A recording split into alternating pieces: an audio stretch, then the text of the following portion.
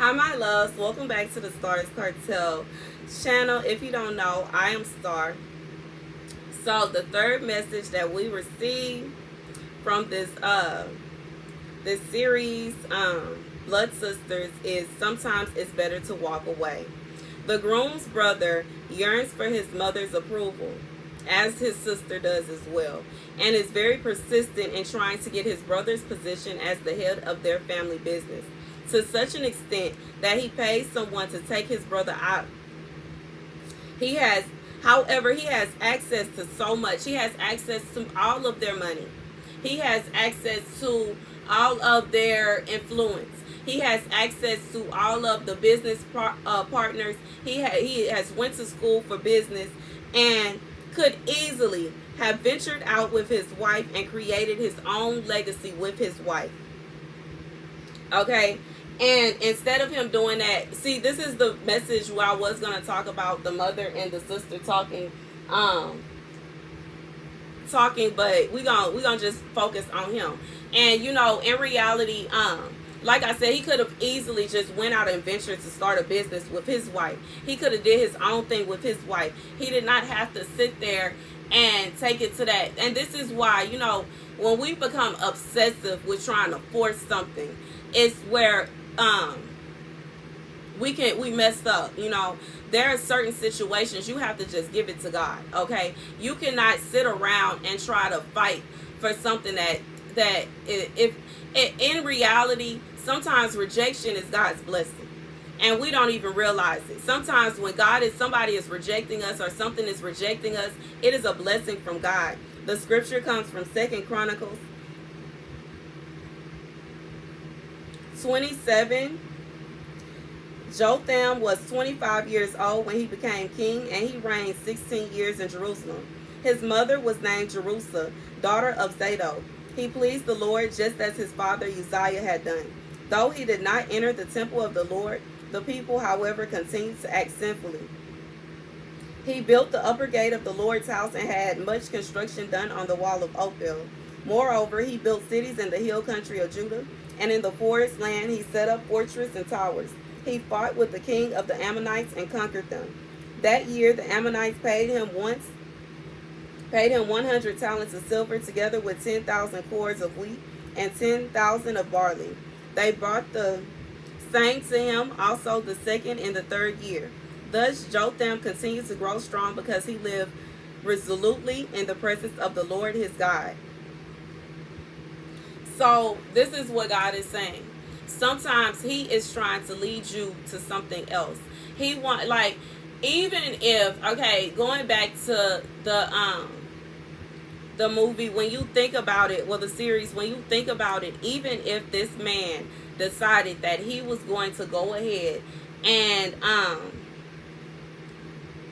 take over the business, even if his mother was to, and I think eventually she does give him, like, she has no choice but to allow him to be the head of the company. He's still not really the head of the company, because he's still answering to her.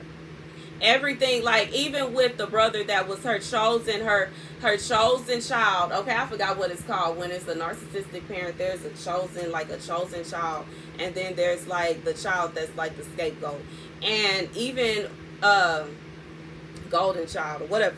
But anyways, even when it came to that son, yes, she ignored some of his sick traits and some of the crazy twisted things that he would do, but at the same time, you know, she ignored it because she was just as evil as he was. Okay, so she didn't mind any of that. She didn't mind the fact that he was abusive. She didn't mind the fact that he was constantly hurting people, and she didn't mind the fact that of how sick and twisted he was with it. But he allowed her to have complete control over him. Whatever she said, that's what he was going to do. And he he put forth his best effort to please her. And that's why he was chosen. And even with this other brother, it was kind of like whenever he wanted to make a decision, she would, you know, kind of pull back on it. And I just feel like God is saying that he would prefer for whoever this is for, instead of you bending over backwards trying to please somebody, bending over backwards trying to make somebody else happy, and having a miserable life yourself, go about and seek God's wisdom and seek God's guidance, and he will guide you and lead you to where you will be able to have your own kingdom. Okay, And, while this does go away from tradition, traditionally children are supposed to take care of their parents.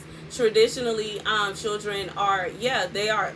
But if your parent is literally like pushing you away, if your parent does not want you to take care of them, if your parent is insisting that you are kind of in their way, or you're kind of, how do I say it? Like, she was very controlling, okay? And in some senses, is nothing wrong with that. But if the parent's control is in an attempt to harm the child, then that's a whole different thing. Just I'm being reminded of a part of this series when they were at the wedding, and the second son comes to the mother with his wife and his son, and they are greeting her. And she looks at them with this mean, nasty face and tells them, "Oh, well, the baby, his bottom button is not buttoned up." And she rolls her eyes and she turns to any and everything else except for them. And as I looked at that, my heart broke. And it wasn't even done to me, but it was heartbreaking. How hurtful would it be to live your entire life trying to please someone that hates you? And that's just like, it's so sad. It's almost like, in her mind, but this is a narcissist to the fullest extent. In her mind, if her child is not of any use to her, then they are useless and they are worthless. And that is sad. And God says, if you ever feel this way, all you have to do, come to him, because when your mother and your father forsakes you, God will stand there with you. And God says that he will guide you and he will lead you to where you will have your own, and you won't have to worry about that. And that's the message. Thank you guys for watching. Be sure to like, share, and subscribe.